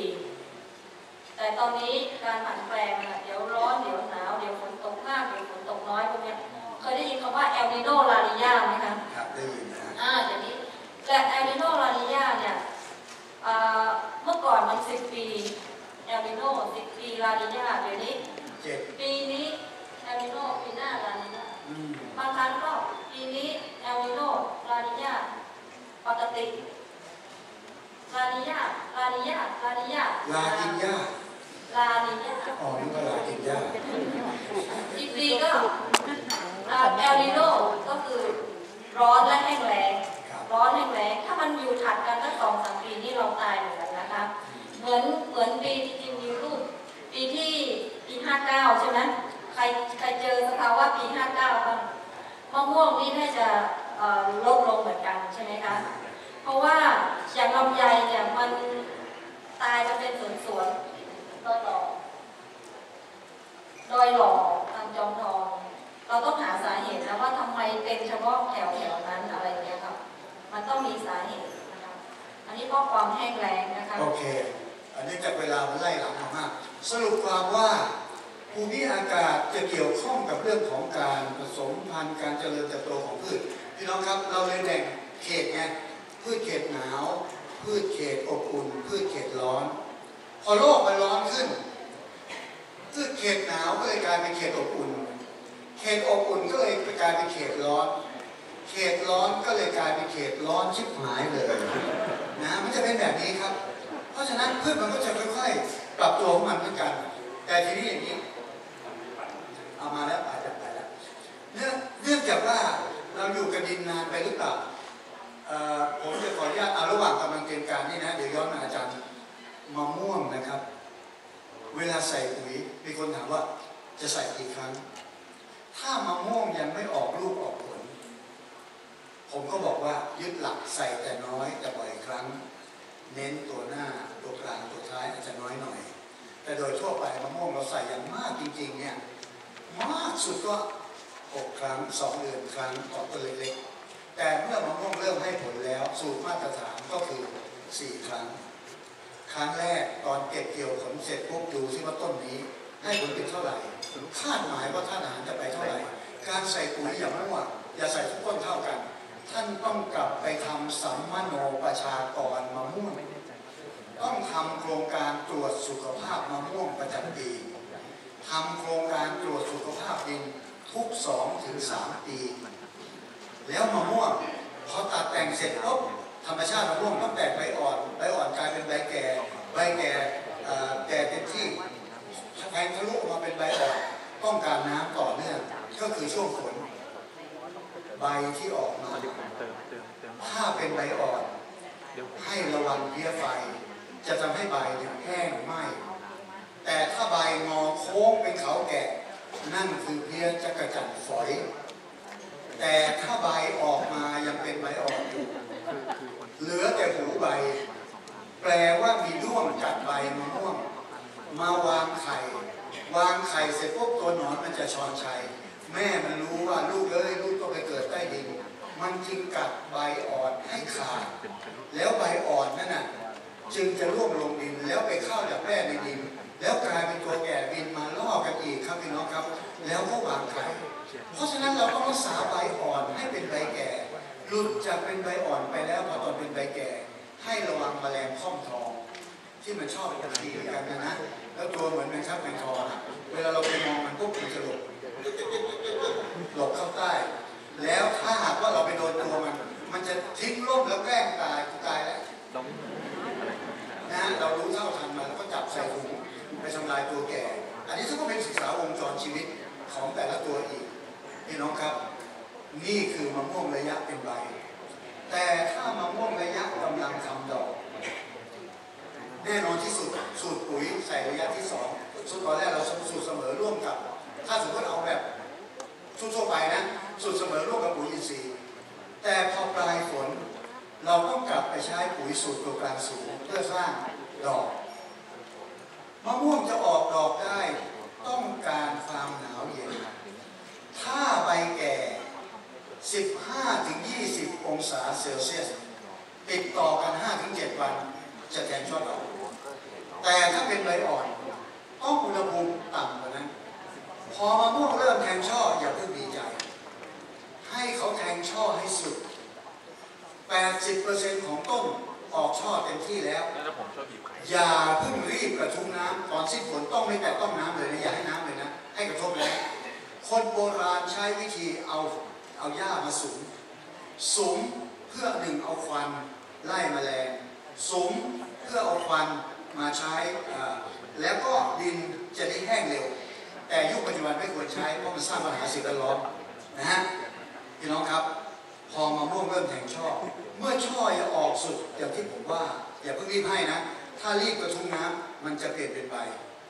ท่านค่อยๆโชยน้ำหมายถึงให้น้ำแต่น้อยๆค่อยๆเพิ่มขึ้นพอคิดว่าติดลูกแน่นอนแล้วภาวนาให้ฝนตกเขาโบราณเรียกว่าฝนชะช่อมะม่วงแต่ปัจจุบันไม่ต้องรอฝนบางสวนติดสปริงเกอร์ยอดมะม่วงเลยพอมะม่วงติดลูกปั๊บฉีดสปริงเกอร์เลยครับพอลูกมันเปียกไปลูกมันเปียกโดยเฉพาะที่ลูกที่ผลเพลี้ยไฟมันจะไม่ชอบเพราะถ้าเพลี้ยไฟกินมะม่วงตั้งแต่ลูกขนาดหัวแม่โป้งเพราะขั้นตอนมะม่วงมันจะเป็นว่าติดลูกหัวไม่ขีด หัวแมงวันหัวแม่โป้งน้ำปลาหวานเข้าใครนะฮะเพราะฉะนั้นถ้ามันร่วงถ้ามันมีเพลี้ยไฟมันจะร่วงตั้งแต่ตอนเป็นหัวแม่โป้งถ้าร่วงแล้วบิดลูกบิดงอชนภาคการเรียกมันเป็นตะงอยนั่นแปลว่ามันผสมมาไม่ดีครับเรียกว่าผสมแล้วแท้งอ่ะเพราะอุณหภูมิและความชื้นไม่เหมาะสมผมขออนุญาตไม่ได้จำตัวเลขว่าอุณหภูมิเท่าไหร่ความชื้นเท่าไหร่ซึ่งที่เราคุมไม่ได้นอกจากเราจะปลูกมะม่วงในโรงเรือนที่คุมความชื้นและอุณหภูมิและถ้ามันติดลูกขนาดเท่าหัวแม่โป้งแล้วร่วงให้พิจารณาข้อต่อไปนี้ครับ 1. ขาดน้ำเพราะให้น้ำมากเกินไปรากแช่น้ำหายใจไม่ออกดูดน้ำไปเลี้ยงไม่ได้ลูกร่วงให้น้ำน้อยไปเพราะว่าให้โชยเฉพาะที่ใบมันเปียกเฉพาะหน้าดินครับมันไม่ได้ลงไปถึงระดับรากสลับลูกทิ้งได้ขาดปุ๋ยถ้าขาดน้ำมันจะขาดปุ๋ยโดยอัตโนมัติแต่บางทีไม่ขาดน้ำแต่ขาดปุ๋ยเพราะฉะนั้นเขาจึงเลยทางส่วนภาคกลางเลยใส่ปุ๋ยยังไงครับพอมะม่วงติดลูกขนาดหัวแม่โป้งเนี่ยเขาต้องเอาปุ๋ยสูตรเสมอแล้วประเมินเลยครับว่า1 ต้นนี้จะต้องให้เพิ่มอีกเท่าไหร่เขาจะใส่ปุ๋ยทางดินหรือจะเสริมทางใบด้วย3 ตัวนี่เป็นการใส่ปุ๋ยขั้นที่ 3และหลังจากนี้จากช่วงนี้มะม่วงห้ามขาดน้ำมะม่วงต้องได้น้ำไปตลอดและจะเป็นมะม่วงที่ปรับปรุงรสชาติความหวานอีกประมาณ1 เดือนหรือว่าประมาณ20 วันก่อนเก็บต้อง21และก่อนเก็บ7 วันถ้าต้องการไม่เอาน้ำหนักแต่เอาความหวานนะท่านต้องงดน้ำก่อนเก็บ7 วันระวังนะมะม่วงเชียงใหม่จะเจอปัญหาเหมือนมะม่วงทองผาภูมิไปดูครับโค่นทิ้งหมดแล้วทองผาภูมิเพราะอะไรครับเพราะว่าของเราอากาศหนาวเย็นและนอกจากหนาวเย็นกลางวันร้อนกลางคืนหนาวโรคสำคัญที่ทำให้ช่อทั้งช่อแห้งไปเลยครับถ้าไปดูใกล้ๆเราจะเห็นว่ามันมีใยขาวๆเหมือนใยแมงมุมชาวบ้านนึกว่าเป็นใยแมงมุมหรือน้ำค้างเกาะความจริงคือโรคที่เรียกว่าโรคราแป้งขาวทั้งช่อจะหายวับ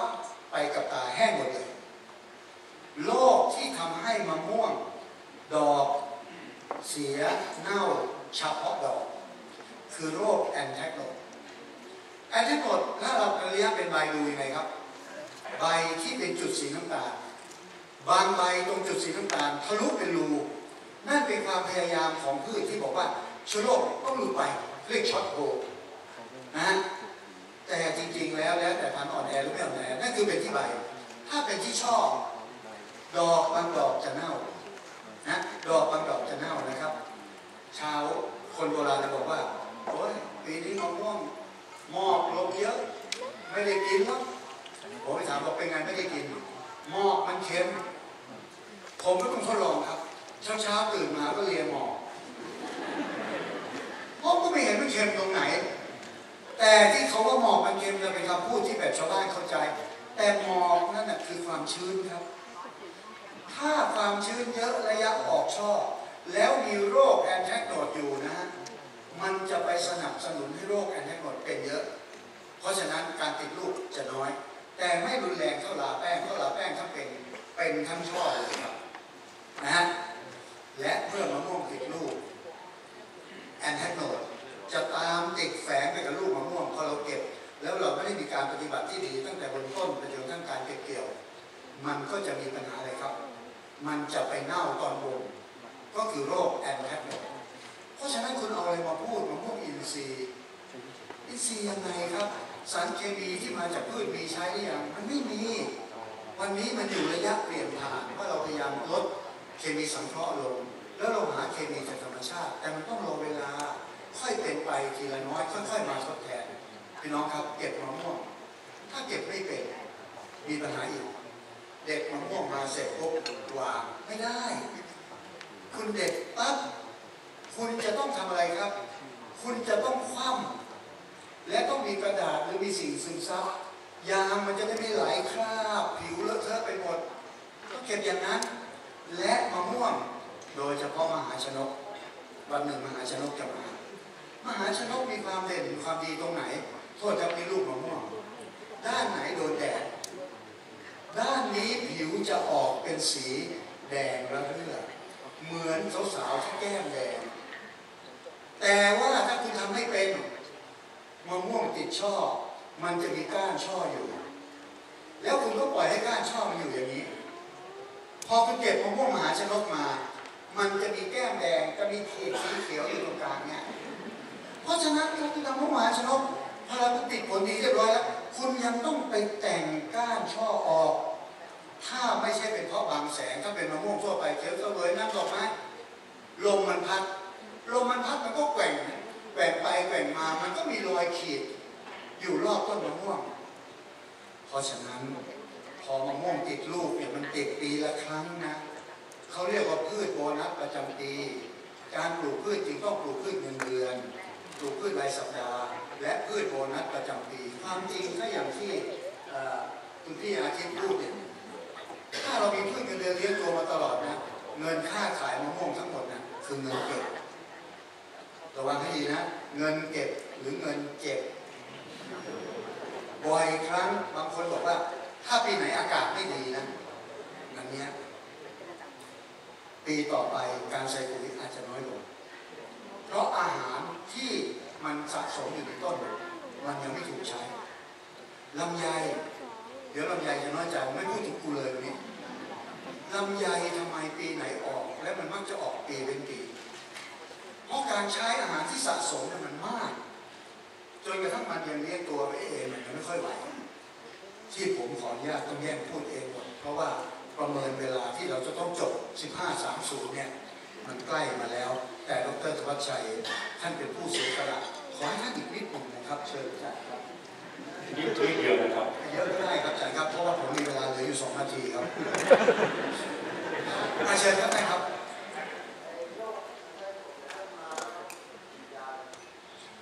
แอนแทกโนดมาแล้วฉีดยาอะไรนะฮะ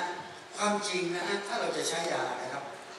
เบสิกง่ายๆนะถ้านึกอะไรไม่ออกบอกอะไรไม่ถูกนะส่วนใหญ่ยาพื้นที่เราใช้กันอยู่ก็คือคาร์เบนดาซิมแมนโคเซตแต่แอนแทกโนดสวนคุณพี่แอนแทกโนดสวนคุณอาทิตย์สวนคุณอื่นชื่อแอนแทกโนดเหมือนกันแต่เชื้อดื้อด้านไม่เหมือนกันกรุณาเริ่มจากยาพื้นแล้วค่อยไปชื่อเขาได้ไหมล่ะวิสตาอะไรก็แล้วแต่ที่กิโลเป็นพันๆนะ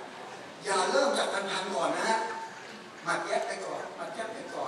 หาสักแยบไม่อยู่แล้วตีเข่าแม่งเลยอย่างเงี้ยนะคือยาต้องค่อยๆแรงไปเรื่อยแล้วบางครั้งเราใช้ยาแรงมากๆนะครับท่านกลับมายาพื้นเลยครับจะพบว่ามันจะอยู่แต่ผมเป็นนักโรคพืชที่เราเห็นจุดดำๆเล็กๆถ้าเราลองปล่อยให้มันอยู่ในสวนนะแล้วมันฟูนะสปอร์คือส่วนขยายพันธุ์ของเชื้อราเปรียบเทียบเหมือนเมล็ดพันธุ์พืชมันจะปลิวไปครับฝุ่นเราเห็นว่าเล็กแต่มองเห็นด้วยตาเปล่าสปอร์เชื้อรามองไม่เห็นด้วยตาเปล่า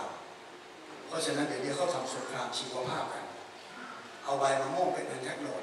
ใส่กระบะให้น้ำชื้นๆพอเชื้อราฟูๆก็ไปยืนโบกชายสวนเฮ้ย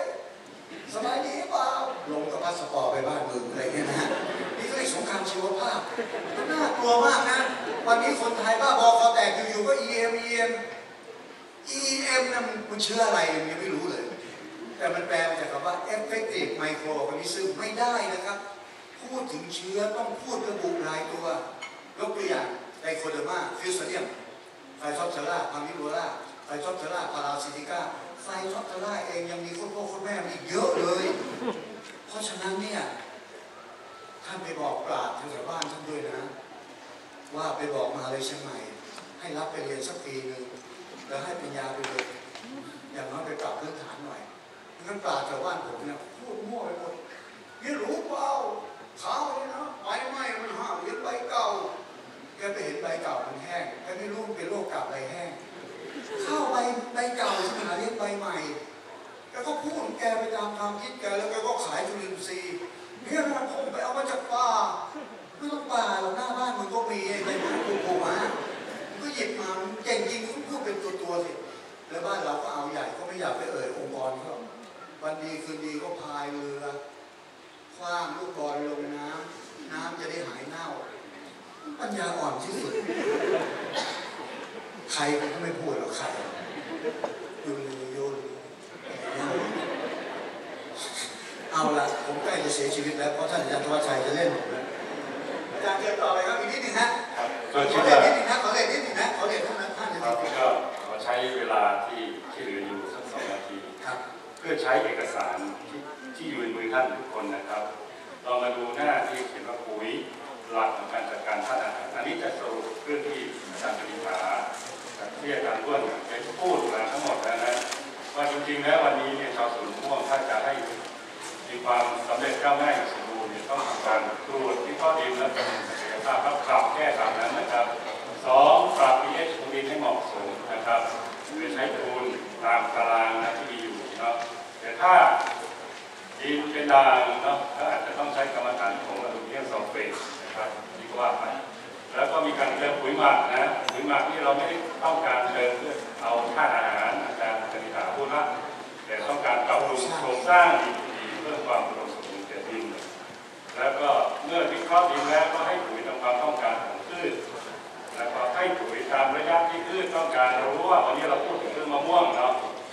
ระยะปุ๋ยที่ควรจะให้เนี่ยเมื่อกี้อาจารย์อ้วนสรุปไปแล้วนะจริงๆแล้วมันควรจะเป็น4 ระยะใช้เอกสารให้เป็นประโยชน์นะครับคือระยะที่ต้นไม้เนี่ยพักตัวหลังเก็บเกี่ยวนะครับแล้วก็มาบำรุงใบบำรุงใบเสร็จแล้วก็จะต่อเนื่องมาถึงบำรุงตาดอแล้วก็บำรุงผลเนาะทีนี้สิ่งที่จะติดไม้ติดมือฝากท่านที่มาร่วมการอบรมวันนี้เป็นเรื่องเป็นราวที่สุดนะครับอันนี้ก็คือการให้ปุ๋ยตามระยะพืชนะครับอันนี้เราเป็นมะม่วงเนาะก็ให้ตามระยะมะม่วงมีระยะอะไรบ้างนะครับลองดูว่าผมจะเอาเฉพาะปุ๋ยอะไรบ้างที่กลุ่มเกษตรกรที่ใช้อยู่ทุกวันนี้นะครับอันนี้ในกรณีที่ไม่มีการวิเคราะห์ดินเราเอาเนี่ยเป็นแนวทางนะครับซึ่งติดไม้ติดมือไปกลับบ้านไปใช้ได้นะครับแล้วถ้าสนใจสมมติว่าอันนี้เป็นของวิสาหกิจชุมชนชมรมปลูกมะม่วงจังหวัดเชียงใหม่ถามที่คุณลุงได้นะครับว่าใช้อัตราเท่าไหร่อันนี้ผมไม่มีพื้นที่เขียนเนาะผมก็เอาเฉพาะที่มันเป็นสูตรปุ๋ยมาระยะไหนนะครับแล้วมีอะไรบ้างที่เป็นปุ๋ยทางดินอะไรบ้างที่เป็นปุ๋ยทางใบอันนี้เป็นของวชรนะครับอย่าง0 52 34ที่เป็นทางใบนะฮะทางใบด้านขวามือนี่เป็นทางใบด้านซ้ายมือนี่เป็นทางดินนะครับ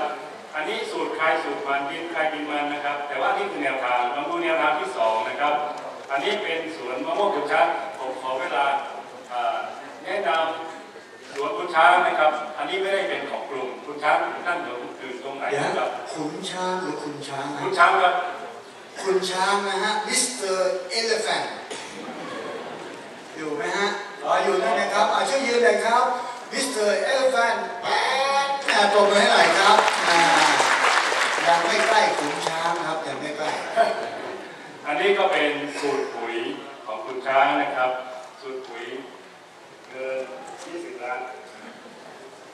เงิน20 ล้านนะครับปีนี้ผมไม่ทราบได้เกินหรือเปล่านะครับก็มีระยะต่างๆแล้วก็มีสูตรนะครับต่อไปสูตรที่3นะครับอันนี้เป็นของนายกสมาคมชาวสวนมะม่วงไทยคนก่อนนะครับของชมรมผู้ปลูกมะม่วงอำเภอเนินลำปางของอาจารย์สินชัยประภูทิพย์นะครับก็มีสูตรต่างๆกันหลากหลายนะครับเดี๋ยวผมจะสรุปครั้งสุดท้ายนะครับอันนี้เป็นสูตรปุ๋ยที่เขาทำมะม่วงก่อนฤดูเดี๋ยวผมพูดถึงของคุณลุงอาทิตย์วชมนี่นะเป็นมะม่วงล่าฤดูนะครับเป็นมะม่วงล่าฤดูที่เก็บเกี่ยวมะม่วงตั้งแต่เดือนพฤษภาคมมิถุนายนกรกฎาคมนะคือในฤดูปลายถึงล่าฤดูแล้วคุณช้างก็เหมือนกันนะครับเป็นมะม่วงในฤดูหรือล่าฤดูแต่อันนี้เป็นสวนเอกชนเนาะคล้ายๆกันแต่ว่าอันที่3เป็นของอาจารย์สินชัยประภูทิพย์นะฮะเป็นผู้ชมรมผู้ปลูกมะม่วงอำเภอเนินลำปางพิษณุโลกอันนี้ทำมะม่วงนอกฤดูแบบก่อนฤดูเก็บเกี่ยวในเดือนมกราคมกุมภาพันธ์มีนาก็มีสูตรของเขาแต่ว่ามันมีความคล้ายกันอยู่มากเลยครับคือระยะต่างๆนี้เหมือนกัน แต่ความแตกต่างอาจจะเล็กๆน้อยๆในสูตรปุ๋ยนะครับและสุดท้ายครับอันนี้เป็นของวิสาหกิจชุมชนชมรมนะชมรมนะครับวิสาหกิจชุมชนมะม่วงบ้านแห้เพื่อการส่งออกกุหลาบอันนี้เป็นของคุณบุญส่วนที่ขอนแก่นอันนี้รายได้เขา140 กว่าล้านนะครับเกษตรเราทำแล้วรวยๆแต่ว่าเขาไม่ค่อยบอกกันครับและสูตรปุ๋ยเป็นสูตรลับคือที่ไม่บอกกันคือไม่บอกเรื่องรายได้เพราะกลัวภาษีครับครับก็คิดว่าเนื่องจากเวลาเรามีจำกัดนะที่จริงเราควรจะให้ความอธิบายแต่ว่าเวลาเรามีจำกัดแล้วเพราะฉะนั้นลองไปศึกษานะครับชาวสวนที่อยู่ในห้องประชุมเนี่ยน่าจะใช้ประโยชน์จากแผนการปลูก4 สูตรที่มีลักษณะคล้ายกันหลายส่วนนะครับบางส่วนที่เหมือนกันก็มีโดยเฉพาะในระยะของการบ่มตาอะไรอย่างเงี้ยนะครับก็ไปศึกษาครับขอบคุณครับขอบคุณท่านรองศาสตราจารย์นักวิจัยน้องที่รักครับสวนไม้ผลในยุค 4.0 เราฝันเห็นอย่างนี้นะครับเมื่อตรวจวิเคราะห์ดินได้เราจะตรวจสอบมะม่วงแต่ละต้นว่าแต่ละต้นต้องการธาตุอาหารเท่าไหร่เราจะไม่ใส่ปุ๋ยมะม่วงทุกต้นเท่ากันเพราะทุกต้นมีการเจริญเติบโตไม่เท่ากันถ้าเราวางระบบปุ๋ยได้อย่าง 4.0 คือเราก็แค่อาศัยเจ้าหน้าที่คนเดียวติดกล้องทั่วทั้งสวนไม่ต้องเดินไปดูในสวนให้เมื่อยขาแล้วเราก็จะเห็นความเปลี่ยนแปลงของสวนมะม่วงของเราปุ๋ยน้ำเราจะกดตุ่มเดียวทั้งปุ๋ยทั้งหมดก็จะไปกับน้ำไปทั้งสวนโดยเดินไปกับระบบท่อนะฮะโรคแมลงศัตรูพืชถ้าเราติดตั้งระบบไว้พร้อมแล้วบนยอดต้นมะม่วงหรือที่ไหนก็แล้วแต่หรือจะมีหุ่นยนต์ในอนาคตพอเรากดตุ่มชึ่งหุ่นยนต์ซึ่งบรรจุถังสารป้องกันกำจัดโรคแมลงศัตรูพืชเพราะเมื่อกี้แมลงระยะชอบผมไม่ได้พูดคือเพี้ยไฟเพี้ยจะกระจัดมะม่วงนะที่ทำให้ใบดำปิดปีเนี่ยนะฮะเขาก็จะไปพร้อมถังแล้วหุ่นยนต์ซึ่งเป็นเหมือนรถก็จะขับเคลื่อนไปเองแล้วก็ฉีดพ่นสารกำจัดศัตรูเหล่านั้นเหมือนกับกล้วยที่บริษัทโดเขาปลูกกล้วยวางหน่อไปคนละด้านกล้วยจะตกมาคนละข้างเดินแถวเดียวกล้วยก็จะเก็บเกี่ยวได้โดยเขาจะมีสายพานคนตัดยังอาศัยคนตัดอยู่ตัดกล้วยปั๊บแขวนตัดกล้วยปั๊บแขวนกล้วยทั้งหมดก็จะลำเลียงเข้าไปสู่ห้องกำจัดเชื้อเป่าลมกำจัดเชื้อจุ่มชุบเพื่อป้องกันเชื้อหลังจากนั้นกล้วยก็จะเริ่มคัดขนาดหวี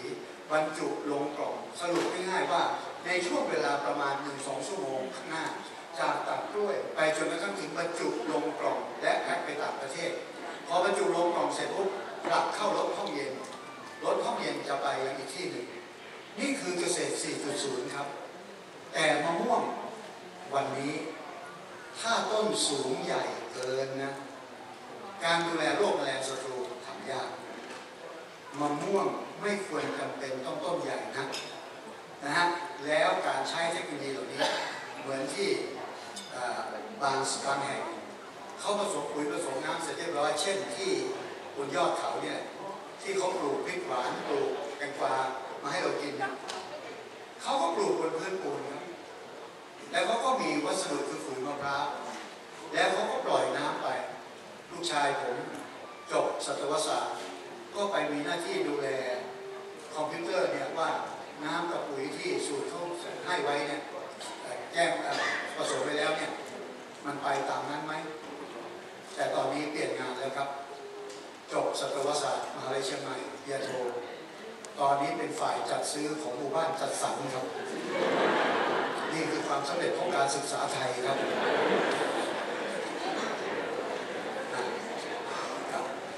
และวันนี้นะฮะที่พูดกันมาทั้งหมดเนี่ยนี่คือเกษตร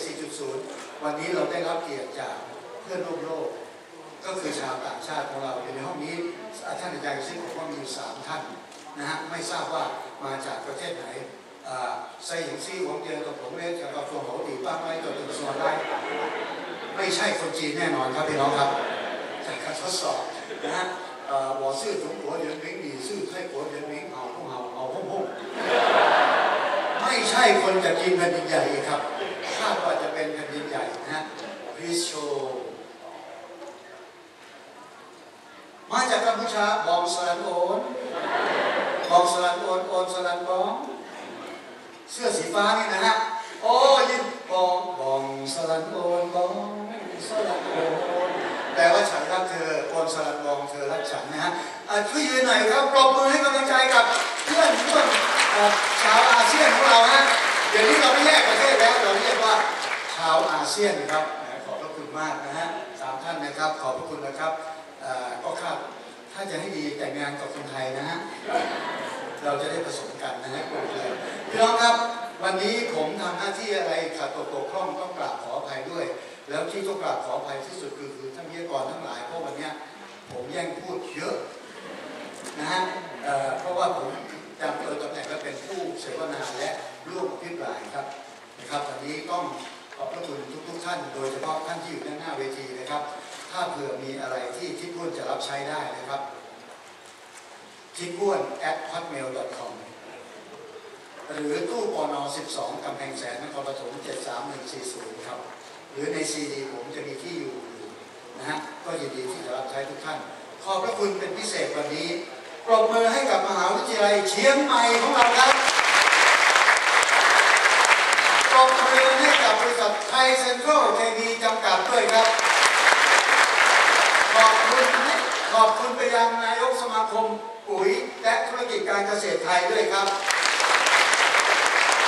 ขอบคุณวิทยากรทุกท่านบนเวทีครับและที่สำคัญที่สุดขอบพระคุณทุกท่านที่กรุณาให้ความสนใจกับการสัมมนาในวันนี้อย่างดียิ่งขออำนาจสิ่งศักดิ์สิทธิ์อีกทั้งเทพเทวฤทธิ์ในโลกล่าได้โปรดดลบันดาลให้ท่านมีความสุขกายสุขใจนึกสิ่งใดสมความปรารถนาทุกประการทำการเกษตรปลอดภัยด้วยการรักษาสิ่งแวดล้อมผลผลิตที่ปลอดภัยและพวกเราทุกคนก็ปลอดภัยขอทุกท่านนอนหลับได้เงินหลายหมื่นก็ฝันไปนะฮะนอนตื่นได้เงินหลาย10 ล้านและต่อสิ่งสำคัญที่สุดคือให้ท่านมีความสุขภายใต้สิ่งแวดล้อมต่างๆที่เราอยู่ในทุกขณะจิตขอให้ทุกท่านประสบความสำเร็จทุกผู้ทุกคนเถิดเอวังต้องมีด้วยประการฉะนี้ขอบคุณนะครับ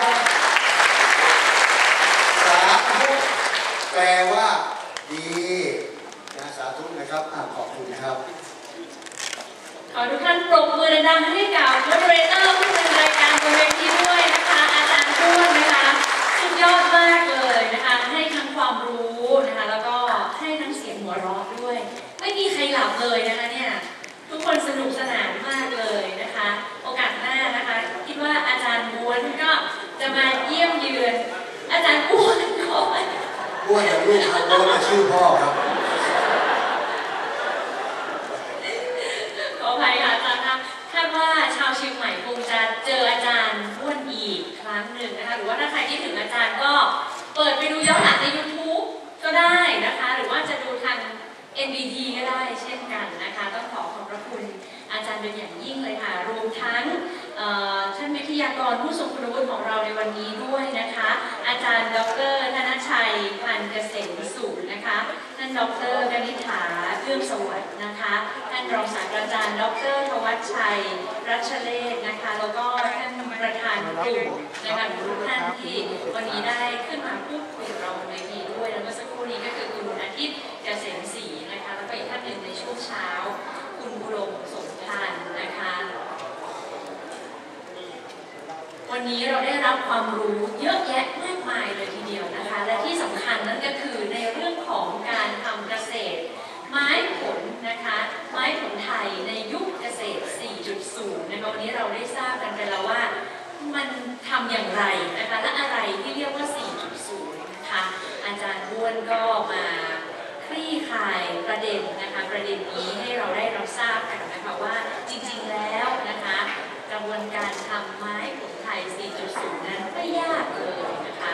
พียงแค่เราเข้าใจนะคะแล้วก็ทำได้อย่างถูกต้องแล้วก็ถูกวิธีด้วยนะคะเดี๋ยวสักครู่หนึ่งบนเวทีตรงนี้นะคะตามที่เราได้สัญญากับทุกท่าน